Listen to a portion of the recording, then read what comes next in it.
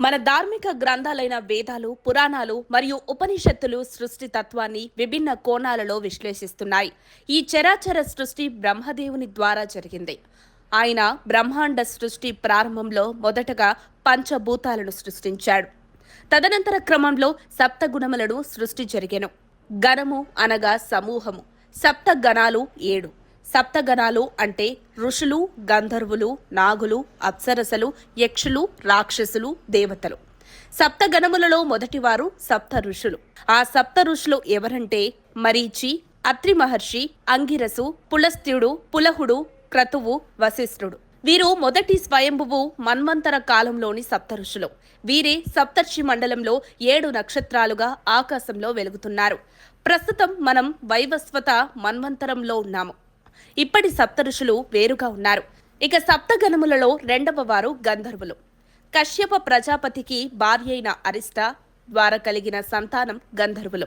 వీరు దేవతలలో ఒక ప్రత్యేక తెగకు చెందినవారు.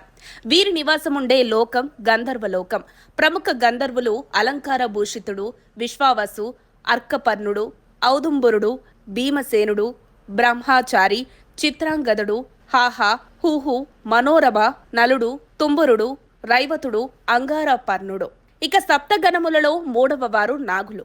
కశ్యప ప్రజాపతి యందు కద్రువకు సహస్ర నాగములు జన్మించిరి.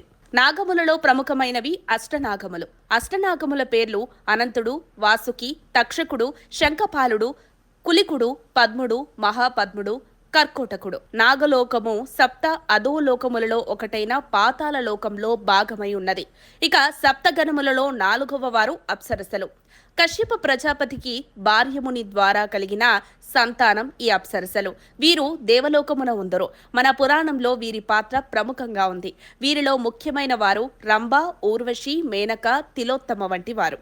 ఇక సప్తగణములలో 5వ వారు యక్షులు. వీరు దేవతాగణాలలో ఒకరు. వీరి నివాసం అథోలోకాలలో ఒకటైన తలాతలం.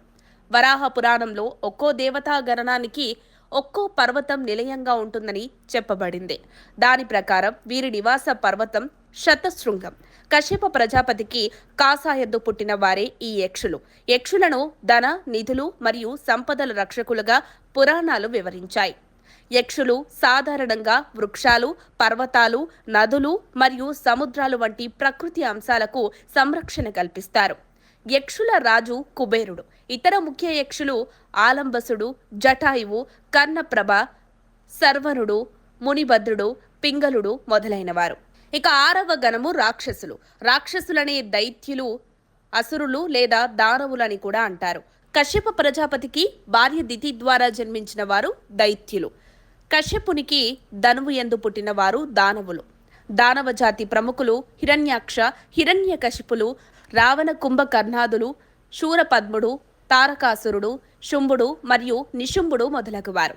మన పురాణ ఇతిహాసాల్లో ప్రముఖ పాత్ర దానవులదే. దేవతలతో నిత్యం వైరం కలిగి ఉండేవారు. ఇక 7వ గణము దేవతలు అంటే స్వర్గంలో నివసించే వాళ్ళు అని అర్థం. కశ్యప ప్రజాపతికి భార్య అదితి ద్వారా జన్మించిన వారు దేవతలు. దేవతలు సృష్టి నిర్వహణ శక్తులుగా ఉన్నారు. వీరిలో అష్టదిక్పాలకులు, స్వర్గాధిపతి ఇంద్రుడు, ద్వాదశాదిత్యులు మొదలగువారు ఉన్నారు. దేవతలకు సమర్పించే యజ్ఞ ఫలాలను హవిస్సులు అంటారు. యజ్ఞం చేసి దేవతలకు హవిస్సులిస్తారు. దేవతలు ప్రీతి పొందుతూ ఐశ్వర్యం, సుఖ సంతోషాలను అనుగ్రహిస్తారు. మరిన్ని అప్డేట్స్ కోసం మా కాయ్ టీవీని సబ్స్క్రైబ్ చేసుకోండి. మా వీడియో కనుక మీకు నచ్చినట్లయితే లైక్ చేయండి, షేర్ చేయండి. మీ విలువైన అభిప్రాయాలను కామెంట్ బాక్స్లో తెలియజేయండి.